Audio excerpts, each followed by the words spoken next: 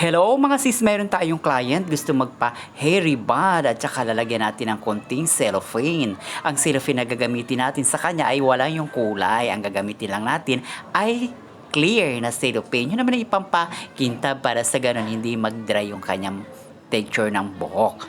So ngayon ang buhok naman niya hindi naman masyadong kakapalan pero pag hinawakan mo naman siya ay manipis.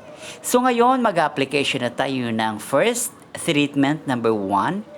Sa pag-application natin, kailangan section by section. Hindi naman pwedeng makakapal ang pagkakakuha natin dito sa hibla ng kanyang buhok. Kailangan talaga ang pag-application ay pantay-pantay.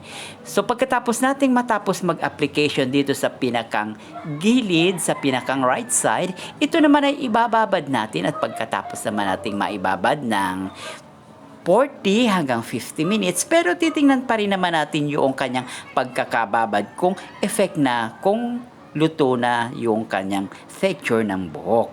So ngayon sa pagbababad natin, kailangan muna ay 40 minutes para sa ganun makita natin ang result. Pagkatapos niyan, binanlawan naman natin at tinanggal na natin ang first number 1 treatment. At kailangan sa pagbo-blower na to, kailangan tuyong-tuyo at walang bahid na kahit konting basa. At pagkatapos nating mai-blower, paplansyahin naman natin. At pagka-plansya natin, kailangan maninipis ang pagkakakuha natin sa bawat hibla ng kanyang buhok. Kailangan ang init na gagamitin natin ay 200 hanggang 300 degrees para sa ganon hindi masyadong mas mainit. Kasi kapag mas mainit, ang nangyayari sa texture ng buhok, nagda-dry.